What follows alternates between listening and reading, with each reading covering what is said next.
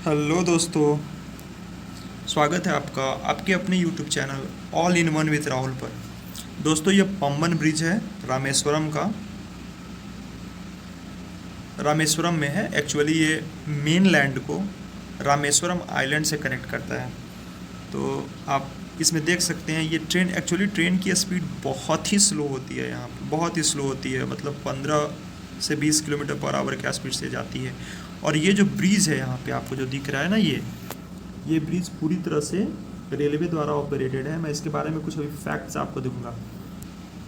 तो ये है। और एक्चुअली जब ये ट्रेन चलती है ना, तो ये जितने पिलर दिखाई दे रहे हैं आपको, ये सारे पिलर हिलते रहते हैं, बहुत ज़्यादा हिलता है। ये सब जितना छोटे छोटे पिलर हैं वो सारे बहुत हिलते हैं और मतलब बहुत डरावना सा लगता है।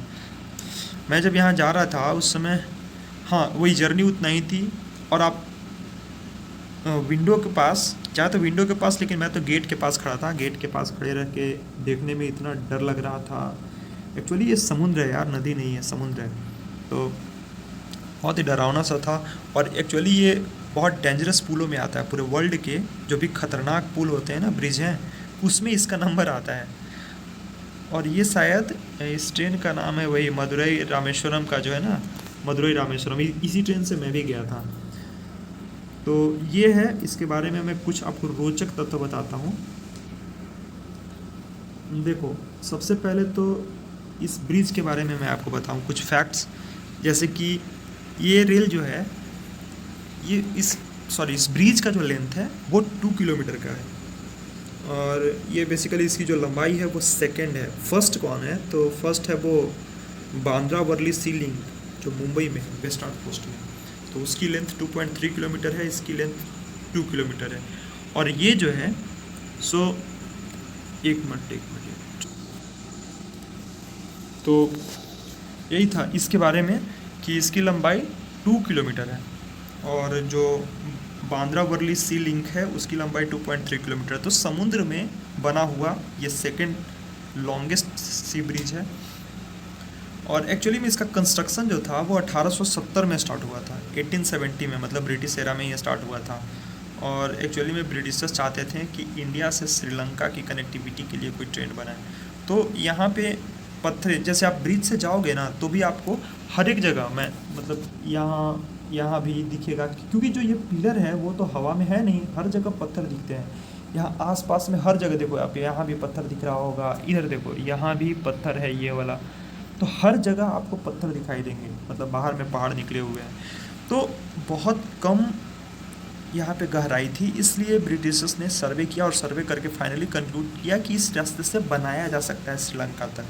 बट वो लोग श्रीलंका तक ना पहुँच पाए, धनुषकोडी तक पहुँच। एक्चुअली में धनुषकोडी जो पोर्ट है वो बहुत अंदर तक था, जिसके कारण वो धनुषकोडी पोर्ट ब्रिज है, ये ब्रिज भी पूरी तरह से क्षतिग्रस्त हो गया। पूरी तरह से तो नहीं, लेकिन हो गया था, ऑपरेटिंग लायक नहीं बचा था।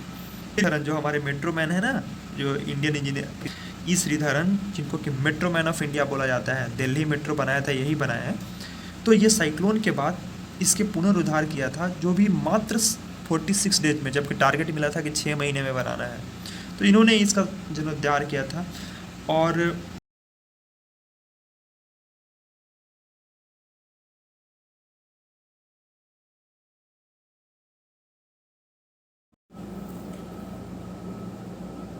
तो वही 46 डेज में इन्होंने कंप्लीट करवा दिया था ई श्रीधरन ने।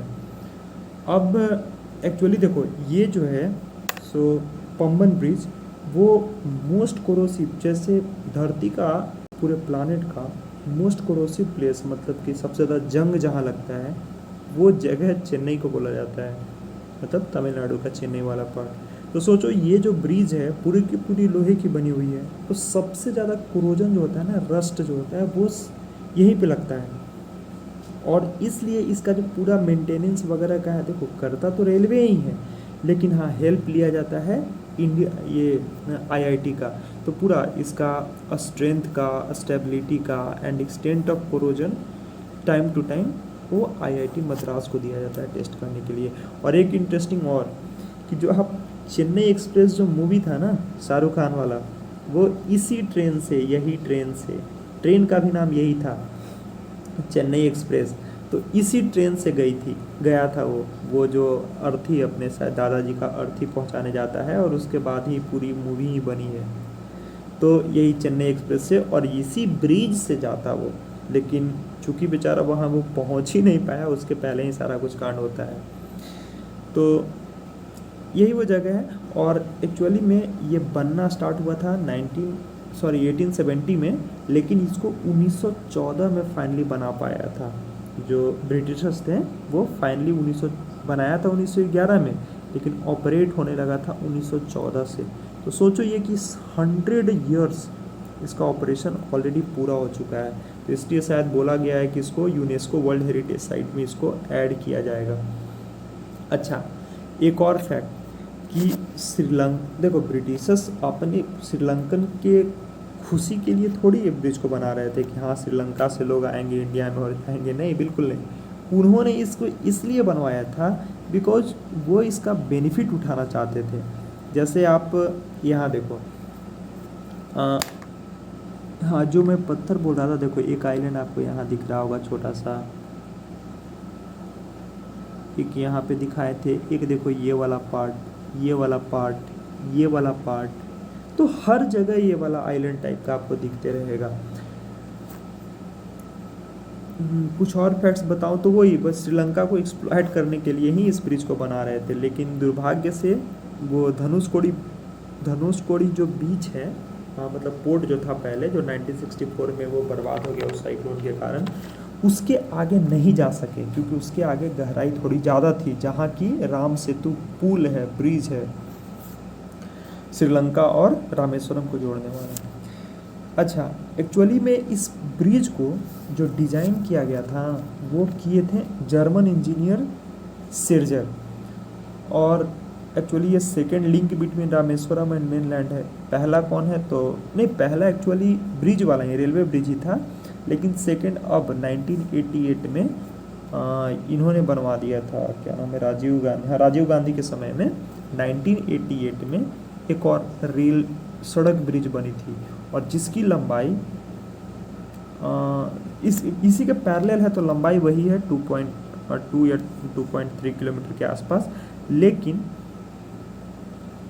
उसके बारे में भी बोला जाता, उसको बनाते समय बहुत सारी परेशानियां आई थी, और एक छोटी सी साइक्लोन भी आई थी जो कि दो बार ब्रिज का काम स्टार्ट हुआ था और उसके बाद वो कोलैप्स कर गया था। तो हाँ, ये फर्स्ट वन हो गया, ये रेलवे ब्रिज, और सेकेंड वन हो गया रोड ब्रिज। अब देखो सबसे इंटरेस्टिंग बात, कलाम साहब का जन्म स्थान है रामेश्वरम का, जो जगह है रामेश्वरम में ही कलाम साहब का जन्म हुआ था, अब्दुल कलाम आज़ाद, सॉरी APJ अब्दुल कलाम जी का। तो ये जो ब्रिज है ना, ये ब्रिज मीटर गेज था पहले। मीटर गेज होता है रेलवे का एक टर्म होता है, जैसे कि 1 मीटर होता है जो पटरी, दो रेलवे ट्रैक होता है ना, उसके बीच का गैप होता है 1 मीटर, तो इसलिए उसको मीटर गेज बोला जाता है। और ये वाला होता है 1.64 या 1.67 के आसपास होता है, जो कि ब्रॉड गेज बोला जाता है, ब्रॉड गेज।